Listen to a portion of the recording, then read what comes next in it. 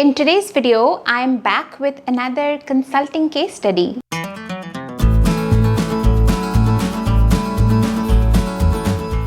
Hi everyone, welcome to Insider Gyan. My name is Soumi. I am an IIT Delhi and ISB Hyderabad grad, and I have been working in consulting for almost 8 years before I recently quit.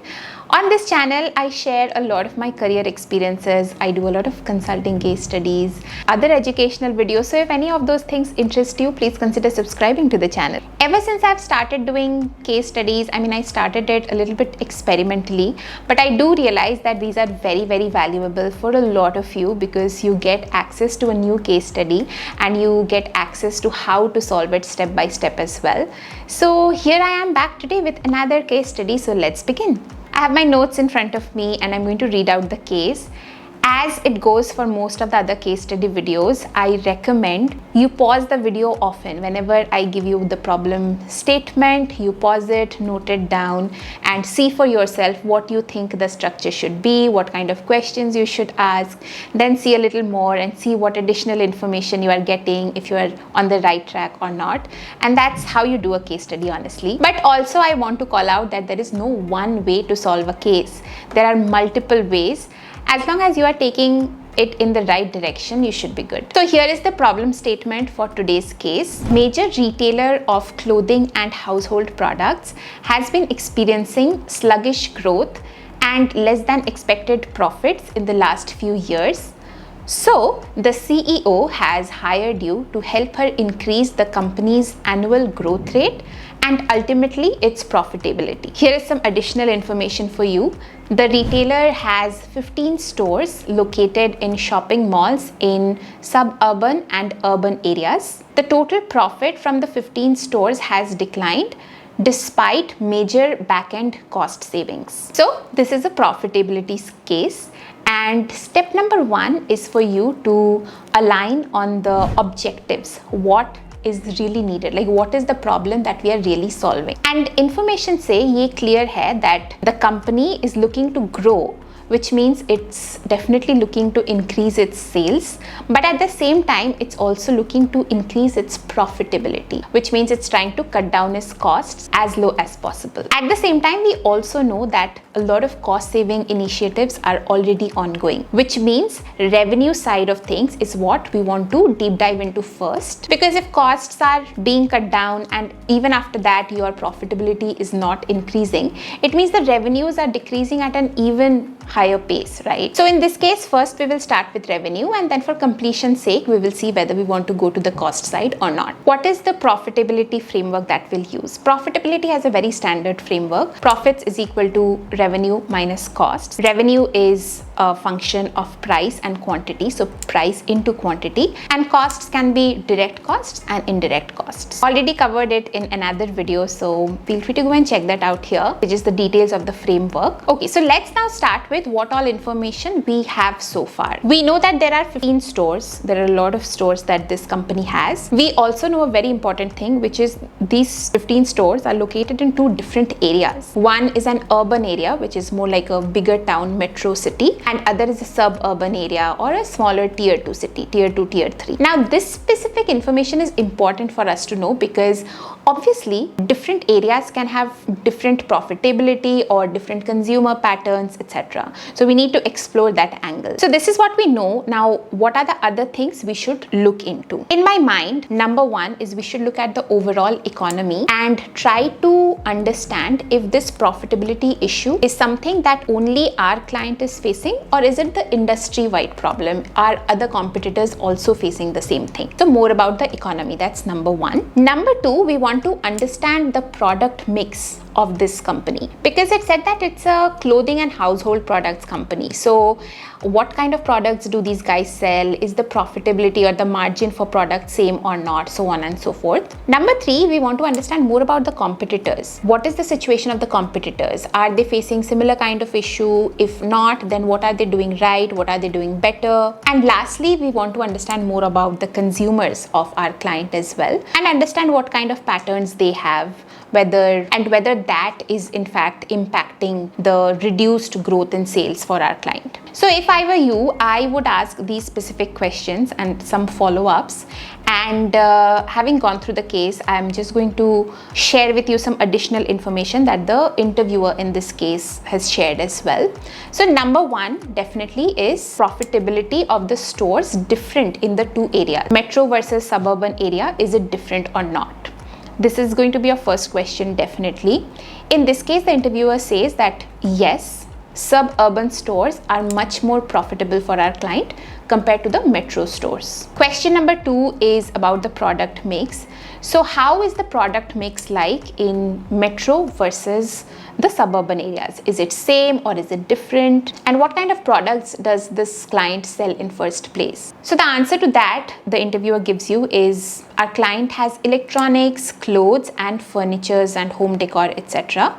The product mix is similar in both the areas, in both metro and suburban areas. As a follow-up, you should definitely ask over here that are some of the products of higher margin compared to others. And in this case, the interviewer says that yes, in fact it is. Electronics have the highest margin and fashion has the lowest margin. Third question is going to be about the competitors. How is the competition like in both the areas? Is it similar or is it different? In this case, the interviewer says that it's very similar in both the regions. Then your follow-up question definitely needs to be on the economy. Are our competitors facing a decline in profitability as well, or are they doing okay? So in this case, the interviewer tells you that the competitors are doing okay. They are not facing any issues as such. Plus, the competitors also have a very similar product mix versus what we have for our current client. Last question is going to be on consumer patterns.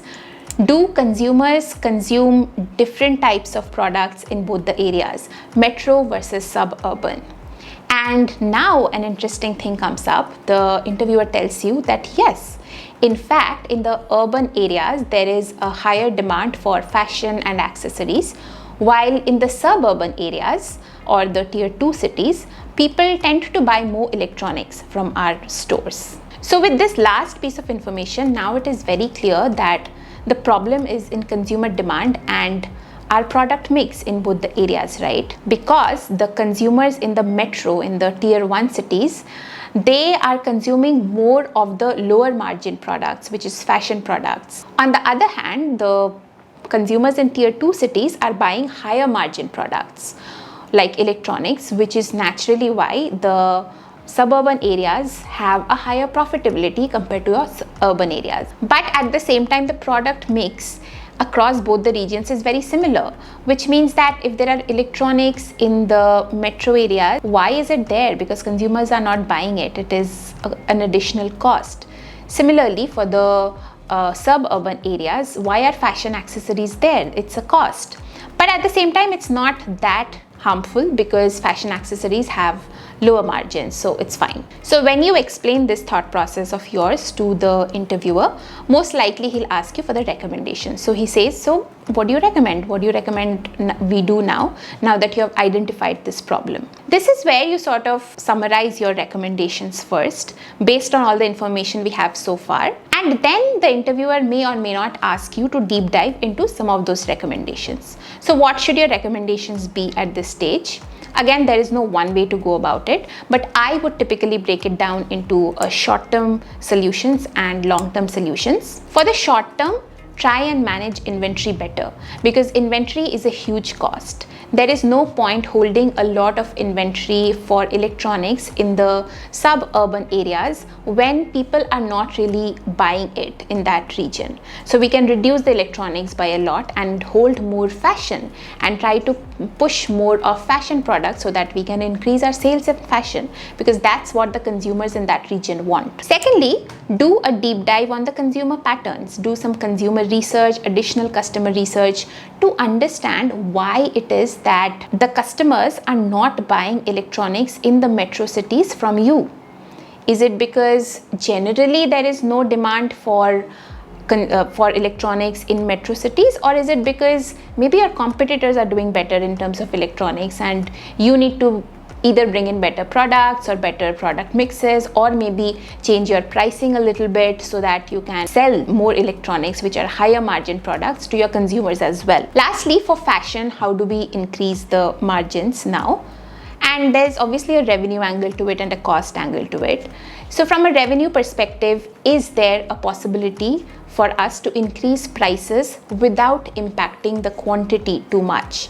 If that's the case, then we can positively impact our revenue, help grow in our sales, and that helps us in our profitability. At the same time, are there other things that we can do to optimize our costs for fashion specifically so that our margins are better? Maybe it could be better supply chain management or managing store costs in the metro areas, etc. Now, moving to the long-term solution. In the long term, the company, our client, might want to operate only in the high margin regions, which in our case are the suburban areas, which means one of our solutions could also be to explore whether our client can expand more in suburban areas and reduce their presence in urban areas. The reason this is a long-term solution is because in the short term, the company still wants to grow. Like, growing in sales is one of its key objectives. So we can't say that to better your profitability, just close down all the stores that are there in the urban areas. That will negatively impact growth for the company a lot. So likely these are going to be some of your recommendations as well.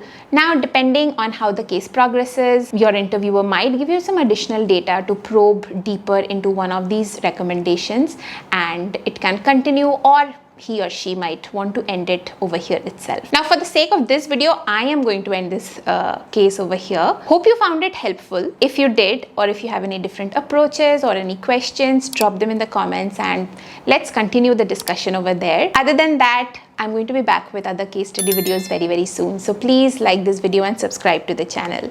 And yeah, I'm going to see you in the next one. Till then, bye.